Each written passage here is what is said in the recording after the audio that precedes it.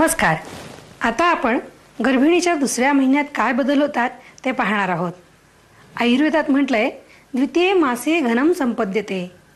दुसऱ्या महिन्यात गर्भाचा आकार हा घन पिंडरूपी होतो. म्हणजे पहिल्या महिन्यातील गर्भाच्या आकाराच्या मानाने गर्भ हा अधिक घन आकाराचा झालेला असतो. त्याचा आकार इंग्रजी सी सारखा झालेला असतो. गर्भाच्या पेशी आता संख्येने वाढत असतात आणि त्यामध्ये 3 स्तर निर्माण होतात.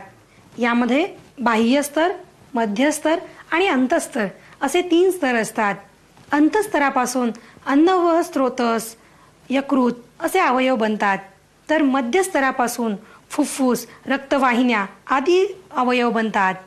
बाह्य स्तरापासून त्वचा, डोळ्याचे केस, त्याचबरोबर डोक्यावरील केस हे तयार होतात. अशा प्रकारे 3 स्तरांमध्ये हा गर्भ आता विभागलेला असतो. या महिन्यात गर्भिणीला मळमळ होणं, पोटामध्ये वेदना होणं अशी काही लक्षणं दिसतात. अशा वेळेस आलं टाकून तयार केलेला चहा किंवा सुगंधी दूध घेतल्यास ही मळमळ थांबू शकते. त्याचबरोबर 2 पायांच्या मध्ये डोकं वाकून बसल्यास ही मळमळ थांबते. अशा प्रकारे विना औषध घेता छोट्या घरगुती उपायांनी अनेक तक्रारींवर गर्भिणी मात करू शकते.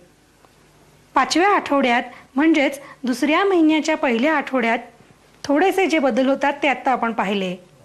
त्यानंतर 6वा आठवडा, या आठवड्यामध्ये गर्भिणीचे वजन फारसे वाढत नाही.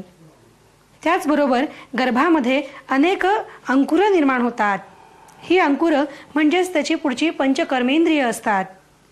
या हात, पाय यांच्या आकाराची अंकुरं गर्भामध्ये स्पष्टपणे दिसू लागतात. मेंदूच्या वाढीस सुरुवात होते. मेंदूच्या पहिल्या लहरी याच महिन्यात दिसतात. हृदयाचा नळीसारखा आकार असतो.